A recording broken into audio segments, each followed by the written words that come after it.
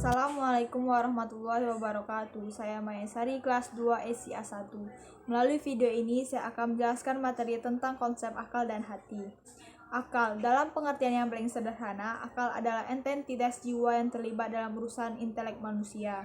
Ini artinya bahwa segala hal yang berhubungan dengan pengetahuan manusia atau intelektual adalah hakikat akal itu sendiri. Secara sederhana, proses kerja akal melalui serangkaian tahapan dari organ-organ yang berbeda. Dalam proses menangkap pengetahuan, akal menggunakan daya-daya tangkap baik internal maupun eksternal. Organ eksternal yang paling utama adalah 5 panca indera yang bisa dilihat oleh mata kasar, yang selanjutnya diteruskan pengolahannya oleh organ-organ internal seperti kemampuan melihat, mencium, meraba, dan mendengar. Masing-masing panca indera menangkap informasi khusus. Dalam hal ini bukan organ fisik yang menangkap informasi, melainkan akal hewani atau jiwa sensitif.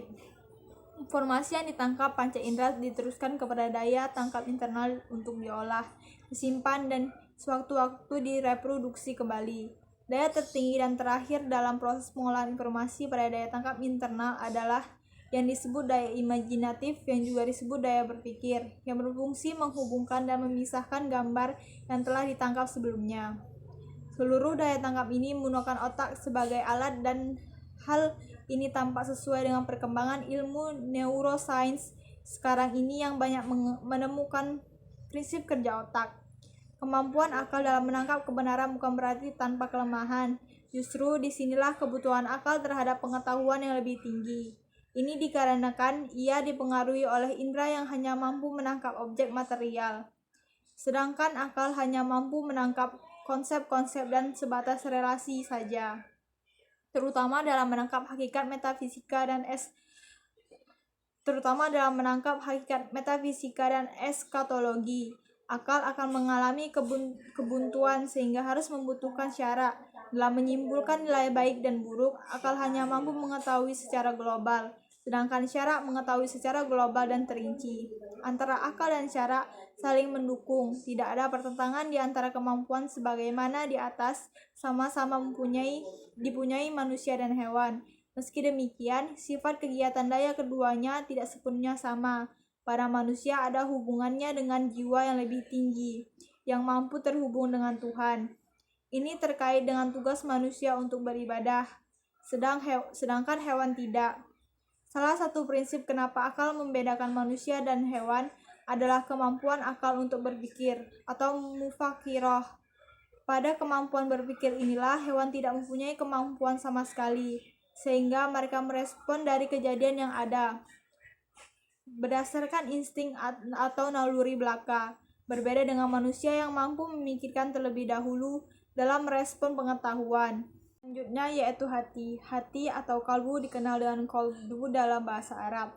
Penggunaan istilah hati ini memang terkesan tumpang tindih dengan istilah jantung, karena dalam bahasa Inggris istilah qalbu lazimnya diterjemahkan dengan heart, jantung, dan bukannya liver atau hati. Istilah qalbu menurut Al-Ghazali mengandung 2 pengertian, materi dan spiritual. Pengertian materi adalah organ tubuh, jantung yang berbentuk kerucut yang terletak di sebelah kiri rongga dada.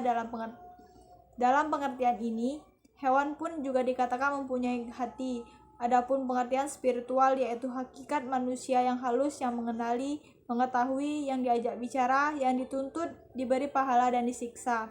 Makna qalbu dari sisi spiritualitas berkaitan erat dengan roh manusia yang membawa amanah dari Allah, yang dihiasi dengan ilmu pengetahuan yang didasari dengan fitrah dasarnya, dan roh yang selalu mengumandangkan keesaan Allah. Dengan kelembutan hati, seseorang bisa mengetahui dan memahami dirinya. Qalbu adalah asal muasal dari eksistensi manusia dan merupakan makhluk ciptaan terakhir yang tetap ada pada hari kebangkitan. Fungsi akal dan hati. Fungsi akal dan hati manusia yang paling utama adalah menangkap kebenaran menuju satu tujuan hakiki manusia, yaitu mengenal dan mengetahui Allah sehingga timbullah iman. Sedangkan hubungan antara akal dan hati sebagai dimensi psikis manusia tidak saja yang memegang peran pengetahuan dan perbuatan manusia, tetapi sebagaimana disebutkan di dalam Al-Quran juga berfungsi menghasilkan daya cipta, rasa, dan karsa. Akal dan hati adalah sama sebagai substansi yang mengetahui dan berakal. namun berbeda dalam kemampuan menangkap wilayah pengetahuan. Di dalam hati lebih luas dari akal. Perbedaan konsep akal antara Islam dan Barat telah berdampak pula terhadap perbedaan pandangan antara keduanya terhadap ilmu pengetahuan. Ilmu adalah sifat akal. Ketika akal memperoleh ilmu yang terdiri dari konsep-konsep yang berbentuk suatu keseluruhan yang saling berhubungan, maka jadilah apa yang terabstraksikan di dalam akal menjadi pandangan hidup. Sebagaimana pendapat Al-Ghazali bahwa akal tidak bisa dipisahkan dengan hati. Integrasi